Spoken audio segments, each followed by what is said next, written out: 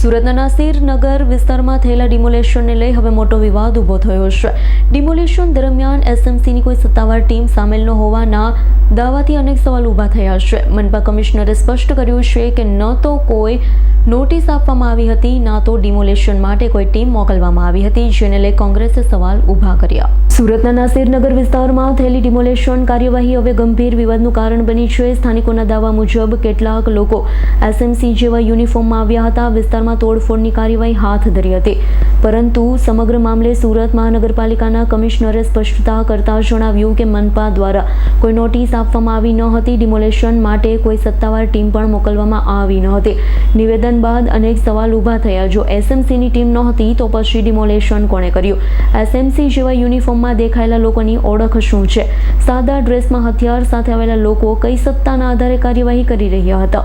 સ્થાનિક રહેવાસીઓએ આરોપ લગાવ્યો છે કે એસએમસીના નામે અને યુનિફોર્મનો દુરુપયોગ કરવામાં આવ્યો. સમગ્ર કાર્યવાહી કાયદેસર હતી કે ગેરકાયદેસર તે અંગે પણ હવે ચર્ચા તેજ બને. નાસિરનગરના લોકોએ સમગ્ર ઘટનાની ઉચ્ચ સ્તરીય તપાસ કરવાની માંગણી ઉઠાવી છે. નકલી તંત્ર દ્વારા કાર્યવાહી થઈ હોવાના દાવાની સત્યતા બહાર લાવવાની માંગણી કરી. નાસિરનગર બોગસ ડિમોલિશનમાં જે રીતનું સરકારી તંત્ર, મહાનગરપાલિકાનું તંત્ર અને પોલીસ વિભાગે કોઈ પણ નિયમ અને કાયદાનું પાલન નહીં કરી માનવતાને સરેઆમ શરમ કરી શરમજનક સ્થિતિમાં લાવી અને 100 જેટલા ઘરોને તોડી નાખવામાં આવ્યા છે. ત્યાં ગરીબ અને કામદાર, મજૂર, નાના લોકો રહેતા હતા અને તેઓને ખબર પણ નહીં હતી કે મારું ઘર તૂટવાનું છે. સુરત મહાનગરપાલિકાનો ઠરાવ છે, એના નિયમ છે કે જેનું પણ ઘર તોડવાનું હોય અથવા કોઈક મિલકત હટાવવાની હોય તો તેમને કાયદા મુજબ 21 દિવસની નોટિસ આપવામાં આવે છે. તેમને એમના સમય, એનો સામાન હટાવવા માટે અથવા એમની જે બી પરિસ્થિતિથી એને નવી પરિસ્થિતિમાં જવા માટેનો સમય આપવામાં આવે છે. અને જે પણ સુરત શહેરના વિકાસ માટે પોતાનું ઘર કે ખાડી કિનારે હોય, નદી કિનારે હોય, રોડ કિનારે હોય કે સરકારી જમીન, કોર્પોરેશનની જમીન પર હોય તો તેમને સરકાર દ્વારા એટલે કોર્પોરેશન દ્વારા એમને પુનર્વસન માટેની એ જગ્યા આપવામાં આવે છે અને મકાન આપવામાં આવે છે. પણ આ બધા નિયમો બિલ્ડરોને સાથે મળી આ વ્યવસ્થાની અંદર બિલ્ડરો હતા, બિલ્ડરોના અસામાજિક તત્વો હતા, સાદા ડ્રેસમાં પોલીસો હતા અને કોર્પોરેશનના અધિકારીઓ હતા. આ બાબત સર અમે જાણકારી કરતા જ્યારે અમને ખબર પડી કે અમે કોર્પોરેશનના અધિકારી પાસે ગયા તો કોર્પોરેશનના અધિકારી કહે છે કે આ અમારી એક્ટિવિટી ન હતી, અમારી આ પ્રવૃત્તિ નહીં હતી, અમારો આ ધંધો જ નહીં હતો તોડવાનો. અમે નોટિસ પણ નહીં આપીને અમારું કામ જ નથી. આ કોણ કરી ગયું?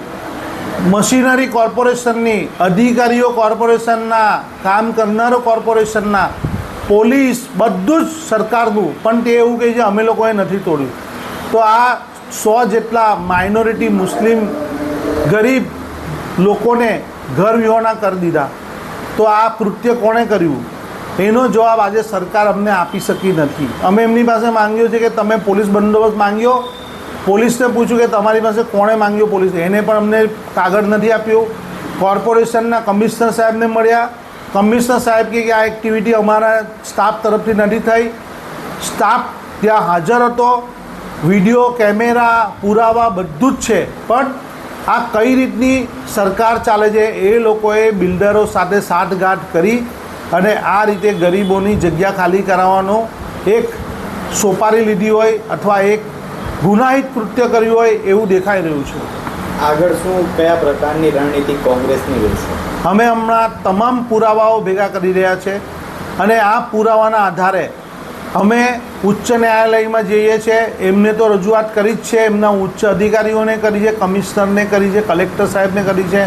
તેમજ અમે આ બાબતસર હ્યુમન રાઇટ્સ કમિશનમાં પણ જશું અને આ કેસ ખૂબ જ મજબૂતાઈથી લડશું. અને ગરીબ અને જે અન્યાય થયેલો છે, જેવા ગરીબ અને નાના માણસોના માટે કોંગ્રેસ હંમેશા સાથે રહે છે.